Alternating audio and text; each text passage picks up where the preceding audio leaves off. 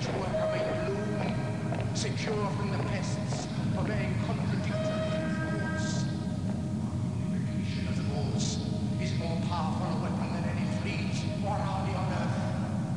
We are one people, with one will, one resolve, one cause. Our enemies shall talk themselves to death, and we will bury them with their own confusion. We shall prevail. On January 24th, Apple Computer will introduce Macintosh.